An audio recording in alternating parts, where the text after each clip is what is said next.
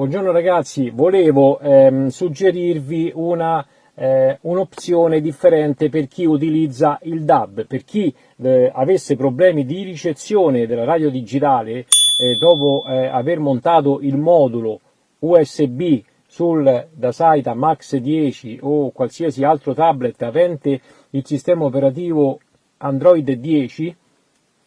Il costruttore praticamente mi ha suggerito di impostare nel menu impostazioni di fabbrica un'opzione differente. Vi faccio vedere. Allora andiamo su impostazioni, andiamo su auto, poi andiamo su impostazioni di fabbrica, entriamo con il codice 126,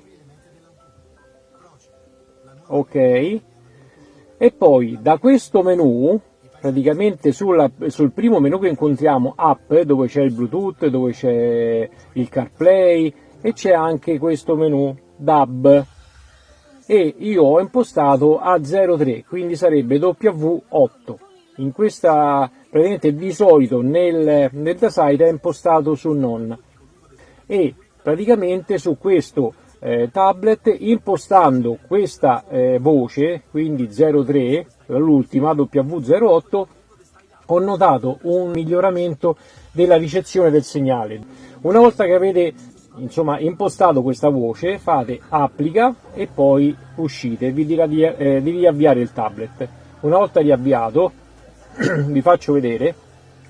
Io praticamente la macchina è posizionata sotto una struttura in metallo ed ho il segnale pieno.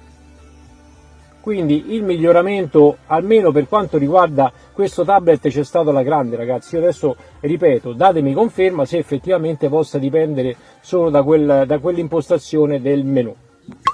Noi, come di consueto, ci sentiamo ad una delle prossime chicche o suggerimenti. Ciao belli, alla prossima!